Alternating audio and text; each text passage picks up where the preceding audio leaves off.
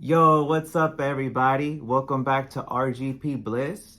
Today, I got Knave. And I'd like to welcome you to put on a nice cozy sweater. It's officially cozy season. Grab yourself a little hot chocolate, maybe. Oh, yeah. And let's explore what's in here. All right, guys. So before we start this deep dive, I want to give a shout out to the Monthly GM. If you guys don't know, please go check out his channel. He reviews awesome games and is an awesome addition to this community. So just want to give him a shout out. I'll have his channel in the description below so you guys can check him out. Keep rocking, bro. I always enjoy your videos. All right, let's hit up Knave 2nd edition. Now, this game might as well come with a D100 dice because it's got amazing roll tables that you'll be using. So, Knave 2nd edition, written by Ben Milton, art by Peter Mullen, maps by Kyle Latino, logo by Tim Hastings, and editing by Julia Milton and Jacob Hurst. You can always stop and admire some of that sweet art. Look at that. Look at that Hypnotoad. Just put them in your campaign, guys. Look at that thing. Hypnotoad. Play Knave. You gotta listen to the Hypnotoad, guys. Your game duties and your player duties. Just kind of a quick summary, getting you into the idea how to play this game. I always say that games and rule systems, you know, the authors are going to have a certain feeling they want to create within the rules and how they run. And it's always nice to try to play the game rules as written and then obviously hack them and do what you want to do with them. So something that's pretty radical. I've never played a classless game before. So Knave is a classless game, meaning you're not going to choose druid or wizard. What you're going to do is you are going to have our beloved 6 stats, but they're going to start at 10. And then when you create your character, you're going to be given 3 ability score points. Okay? And you can put those anywhere you want. And it does kind of give you hints. Hey, strength, that's for if you want to be like doing fighter stuff. Dex for thief type stuff. Constitution is just important to be resistant to poisons, colds, be able to carry more stuff, be able to survive hits. Intelligence is more of a magic user thing. If you put points in intelligence, that's how you actually can cast spells. Wisdom, the ranger ability and range attacks. And then charisma, if you want to go for a little bit more cleric vibes, and it also adds for things like initiative, persuasion, and you can have as many companions and patrons as you have charisma. So if you're trying to have a bunch of hirelings or have the gods on your side, you know, you invest in that stat. And the way it goes is every time you level up, you're going to get 3 more points to distribute just how you want. So over the course of a campaign, you know, if you want to have a fighter that communes with the gods, you're going to be investing points in strength and charisma. You do it fully custom, and then the other half of that is going to be the items that you acquire throughout the campaign. You're going to get your 3 points to put as you wish, or obviously you could just roll randomly. You'll get a couple of items and you choose your career. Your career is going to give you some starting items. The armor, you actually get to pick it. Your armor starts, your AC starts at 11, and the game lets you carry, I believe, 7 pieces of armor if you'd like. You can just say, hey, I'm gonna have an AC of 18. I'm gonna carry 7 items. 11 plus your 7 is 18, and I'm gonna be tanky. Okay, cool. That sounds pretty powerful. Why wouldn't everybody just do that? Well, one of the cool things about this game is that your inventory is very limited. It's going to be 10 plus your con stat. Real quickly, I want to show you the character sheet. So you start putting the, your points in here, your armor class, your HP if you want to make a drawing, and then your items. So they only have 10, so if you fill it up with gear to get your AC up, well then you might have only spaces for ropes, torches, rations. And it's so cool because I've never played a game that was so limiting in your inventory, and it really challenged my players to think wisely before going into the dungeon. Then you're gonna have your careers. They get to pick 2 careers, or they can roll for it. So that's 81. I got a sailor. He's got some beeswax, a spyglass, some pulleys, maybe, a couple things from the ship. And a 5. Antiquarian, an old coin. Maybe that's gonna be valuable to a collector. A little flag of somewhere I've been, maybe. Somewhere I want to go. Something important, like or a lore book, right? Maybe later that'll allow me to research or something like that. One of the cool things was one of my new players that it's like their first time really playing D&D or a role-playing type of game said, "Hey, can I just be a ninja?" I was like, "Yeah, definitely." So, I put ninja. I gave her some shuriken. I think it was 4 shuriken and a smoke bomb. And there you go. I mean, just any career, any kind of job or flavor that your player wants to do, just let them do it. Give them 2 or 3 cool items that kind of match that, and they're off to the races. It literally took us 5 to 10 minutes to build up the characters. It was so easy.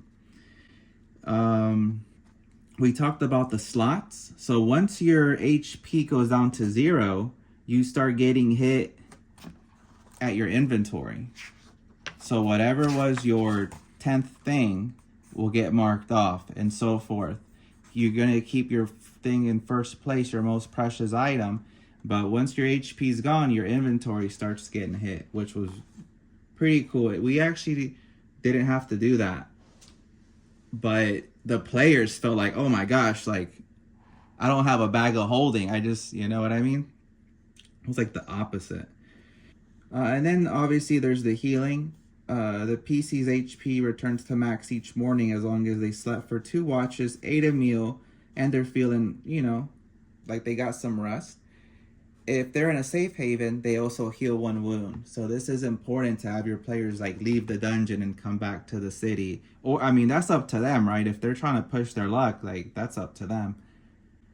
Leveling up, you award XP and coins and stuff like that. I've always done milestone XP. It just works for me. But I mean, obviously that's one way to do it. Then checks, it's gonna say that the target number is 11, and you add 5 by default. So a medium check would be 16, and you can make it super easy and have the check be 11, or super radically difficult and make it be 21. So again, the game is suggesting a DC of 16 be kind of the average. All right, then it's got a couple more things like social checks, lore checks, search checks, and how hidden things are automatically discovered with enough time spent, about 10 minutes or a dungeon turn. We don't have players just rolling to find stuff, right? This game encourages players to think outside the box, get creative, ask the DM what they can see, what they can interact with, and really try to solve the puzzle, solve the thing, instead of just saying, hey, I searched the room. Okay, you found something, right? It's not going to do it like that. And something that I am going to use in the future is reversing checks.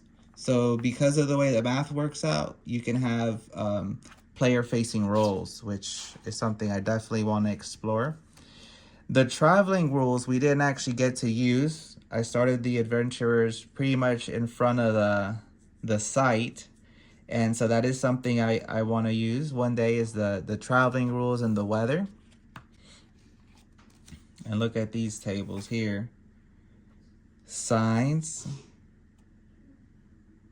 locations, structures, some traits. Let's go ahead and roll one up. We hanging out. 12. A hazard. Uh-oh. That can't be good for the players. Let's go to page 17 real quick. Okay, hazards. 78. Oh my God, snakes. Where are these snakes?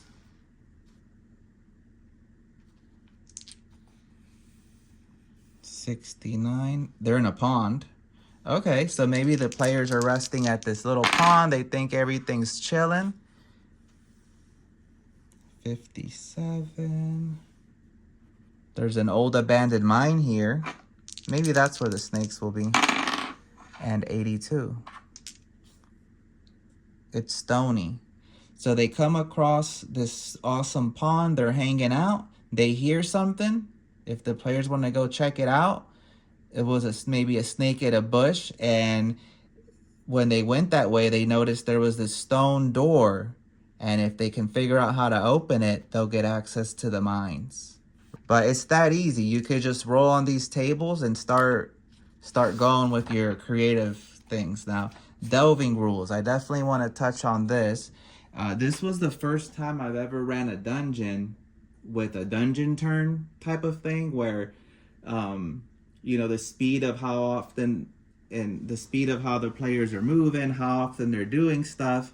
And at every, 10-minute segment, I rolled a d6 to see what would happen.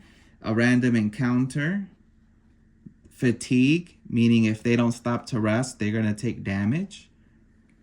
Their torch goes out. It was my first time having the players count torches and worry about sight. The dungeon shift, which is something changing in the dungeon.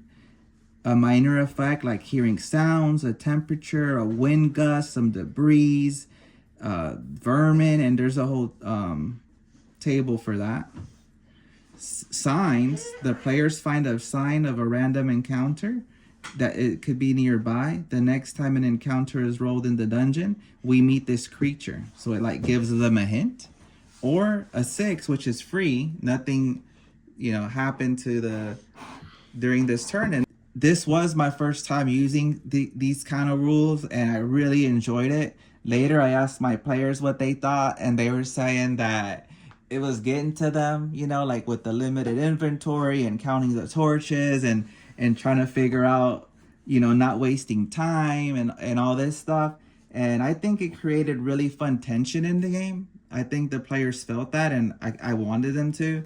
Very much like this picture where they're going and, oh, there's something lurking in the shadows. I think that's the feeling it was trying to go for, and I would say it fully delivered on that. So I will be using these rules in the future. So here are some delve shifts. Let's just roll 3. Some things that could happen in this dungeon. And you could always roll these ahead of time if you don't want to be on the fly. You could also choose. Let's go 81. The rooms rearranged. Maybe they step on a magical stone and think there's a shift of the little rooms in the layout, helping them get lost. 32. An eruption. Or 9. A ceremony's going on. Ooh, that sounds fun. Some NPCs are up in there. And we got things to flesh out your dungeon. Rooms, details, and themes. More things like types of dungeons, traps, the hazards we saw earlier, mechanisms. And encounters. Something really cool is this NPC reaction table where you get to roll 2d6 and see what's up. Now, a 2d6 table is a bell curve. So more than likely, it's going to be the stuff in the middle. But every now and then, they're either going to go straight for a fight or maybe, hey, they want to join up.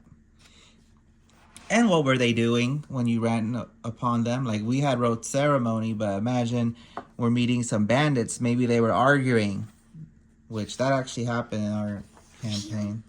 And combat. So there is base side-based initiative with your charisma check between leaders, or you can have the players take turns rolling initiative during the encounters, or decide, make the person that's got the most charisma the leader. That makes a bit of sense. For attacks, you just roll your d20, add your strength modifier, things like that. A really cool rule that I also had never used before was the morale test. The actual big bad of the dungeon, they ended up leaving it at 1 HP. It failed its morale test. It ran away and dropped some loot, and the kind of to say like, hey, leave me alone. And the players actually took the loot and got the heck out of there, which was really fun to watch. Some other rules for hazards, like obviously if you're on fire, that does damage, drowning, freezing, falling, just stuff like that. And then how spells work.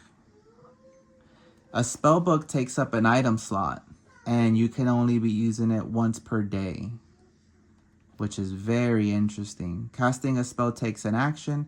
The spell book can only be used once per day, but you can hold as many number of spell books as your intelligence. Very cool.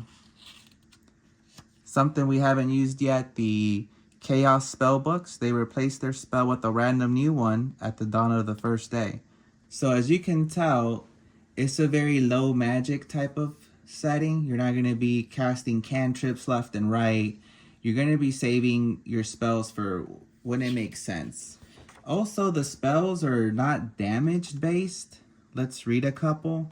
Body swap.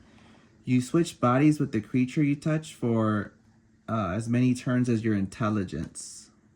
But if one body dies, the other one dies as well. Very interesting. Charm, which we ended up having Charm and Disguise in our party. Babble. INT, creatures must loudly and clearly repeat everything that you think. Otherwise, they're mute. If you wanted, someone to say something, you got that. And what I really want to point out again is that these spells are not just, I nuke them for 30 HP, right? It's like, let's use these spells to do some creative and fun stuff. And so he gives you 100. And obviously you can make more. Ooh, one of my favorite bits. The generating new spells. This was what my potions video was based off of. You roll a d12. It tells you the formula that you're going to write up. And then you roll on the table, such as wizard names, quality, effect of the spell, the element of the spell, and the form it takes. And you can just have fun getting creative with this stuff. Then you also have mutations, delusions, disasters, magic schools, relic magic, which we did actually begin to use. I had my players enter a dungeon, and once they were in there, they found a shrine of Plasmodia, a god I made up, and my players were interacting with it. They figured out how to defeat I had like a puzzle. It was really a trap, but they outsmarted the trap, and so the god was pleased, and it started a communications, and one of my players really took to that, and so they're on a quest to bring a certain magical item back to Plasmodia's temple, where he's going to bestow a blessing and make it a magical relic. And so that's really cool. You got the domains and the symbols. Alchemy, I haven't messed with this yet, but you can roll to make these certain potions, and if you roll good on them, then you add them to a recipe, and you kind of start mastering that recipe, and it becomes easier for you to brew the potions. The equipment, again, PCs can wear up to 7 pieces. Each one uses its own slot and grants a +1 to their AC. So they can get all 7 if they want to. Some tools, miscellaneous items, books, clothing, fabrics, decorations, treasures, materials, weapons, item traits. Buildings we haven't used yet, but there's some running a business rules as well as mass warfare type rules. We haven't needed to use that stuff yet. This I'm going to be using as I prep my next session. It's going to be building a city, so city themes, some events, some details, some buildings. Name some inns, some food traits and foods being offered. Now this is one of the most exciting spreads I am looking forward to using. When I make my city, I'm actually going to make a couple of sweet factions. So I'm real interested to use these tables and see what I come up with. Let's go ahead and roll one up. In the game, they ran across an NPC who was encouraging them to join a guild I had called the Iron Dragons. 70. It's a social movement. 51. They're law abiding. Maybe they're trying to pass some new laws. 90. Oh, 59. Their mission, should they choose to accept? They want to locate a faction. Maybe they're onto some secret cult and they need to be stopped. 34. Fleet.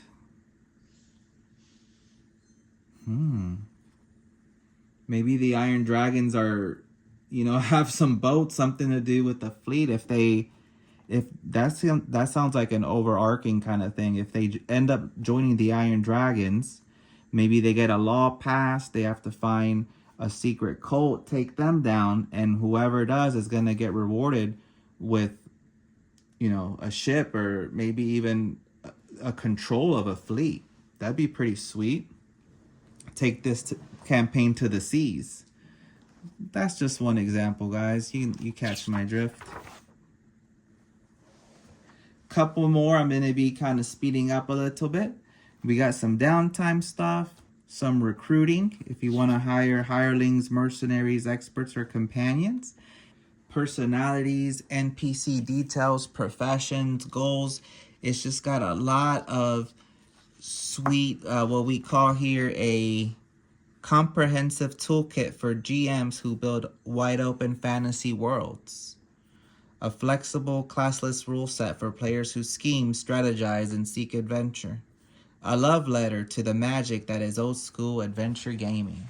So even if you choose not to run Knave or have a campaign in Knave, I do recommend you at least try it as a one-shot. You can always use these tables when you're designing dungeons, cities, NPCs, factions. There's some assets, liabilities, some relationships, some mannerisms. Ooh, what did the Iron Dragons do? 51. Narrates. Maybe something funny is that they talk in third person. They have these quirks. Ooh, monsters. How to create a monster. What kind of monster is it? There's 100 there. And there's a short bestiary for if you need some quick references like bandits or level 1 and so forth. We actually ended up using the mimic. That was so fun. We also got how to create your own. You could simply roll some animals and join, a bear, owl bear. Where have I heard that before? But yeah, you could join 2 to 3 animals, give them specific organs, like maybe give them a duck bill or mantis arms. A trait, maybe they're burning, they're on fire, they only have one eye. Definitely a way to make cool and unique creatures. And obviously you got to give them some cool powers. Maybe some life drain. Maybe they create an ice wall so the characters can't run away from this guy. Stuff like that. Scents, sounds, tactics, weaknesses. Whoo, I'm running out of breath just going through this thing. And there it is. Now afterwards, we have this really good gameplay example. I always love these in the game, in any kind of rule set.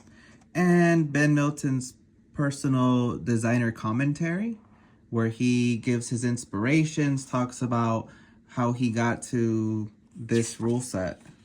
Of course, the character sheet I already showed you. And oh my wow. Check this out, guys. Kyle Latino. One of the things I love about this map is that or Kyle Latino's maps really, is that you have to pick a starting point. This would be here. And you explore, you immerse yourself into this place, and you start asking yourself, how and what could be here, and how would this work? So here maybe you come into the church, and maybe there's a secret door here that's locked, because y'all didn't know, but it was a cult. It's not just a regular church.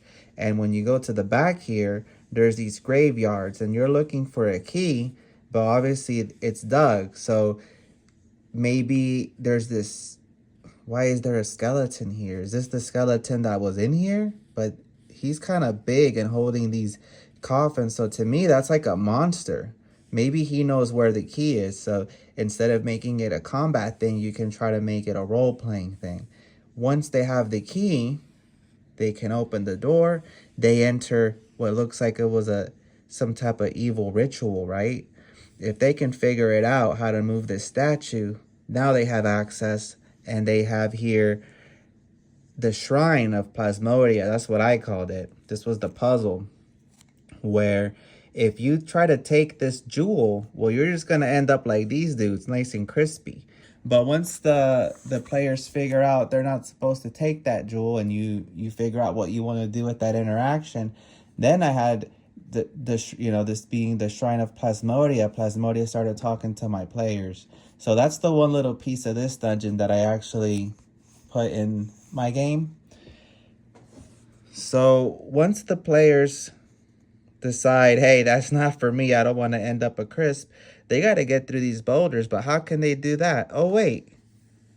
There's these special tools here. Maybe they can use that, and with enough time, they can get in here, and so on and so forth. And you're going to have each room kind of tell a story or a part of a story.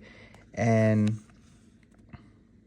the fun is kind of figuring out what's going on there, who lives there, what's going on here. And you could just get lost in this map. Then we have a hex grid, a whole world for your players to explore. Maybe they're at the Borderland camp to start. There's a big fortress here, some caves, troll boulders. Maybe these were once alive and the trolls have become stone. A fort. Hey, maybe this is the fleet that you could win, or maybe you have to stop a fleet from escaping with the cult. I mean, you can literally just use it as you want to make it fit into your game. And the front and back of the book are going to have those quick references. And guys, there you have it. I want to say we had a blast running this game. And as a DM, I gotta say I really appreciated those delving rules, that D6 table. It just helped me to create that suspense that as a DM I'm always trying to create by having the players like hear sounds and smells. Usually at some point they'd find a little safe haven in the dungeon to get that long rest and they're fully charged, all their spell slots back and all that stuff. I think I'm going to try to, go a little bit more in this direction, having them worrying about torches and rations. It was fun for me. It created this sense of, are we going to make it kind of thing? And I liked it. I like that tension. You know, other things I could say about the game, I love the simplicity of character creation. When I heard about classlessness, I was like, what? It was so intriguing. It's so liberating. As a dungeon master, I could literally sprinkle a spell book here, a magic item here, this kind of weapon, and boom, I'm helping create someone feel like Avatar: The Last Airbender. My player I love ninjas, hello? And my player was like, hey, can I be a ninja? And I was like, yes, you can be a ninja. Let me get you the smoke bomb. Here's your special shurikens. And as she levels up, I'm going to give her access to ninja stuff. Maybe there's going to be a guild of ninjas, or maybe she's got to use her ninja skills to infiltrate. You know what I'm saying? And so it lets the dungeon masters and the players have creative freedom. And that's really important for me in a game. It helps me get to the fun faster, if that makes any sense. Yeah, I guess I just want to close by saying that I love Knave. It's a game that I do look forward to running and seeing what happens in that campaign. Probably will run it in the future, and I'm always going to have it with me as a GM prep tool, which speaks volumes. I plan to continue my campaign with Knave and see that through to the end. And I am going to use this in my prepping in the future. I gotta go, guys. Thanks for watching, and I'll catch you next time. You want to say bye to the people? Bye. Oh, those are not people. Well, we're going to post it, the video. Yeah, Say, bye. play Knave, guys.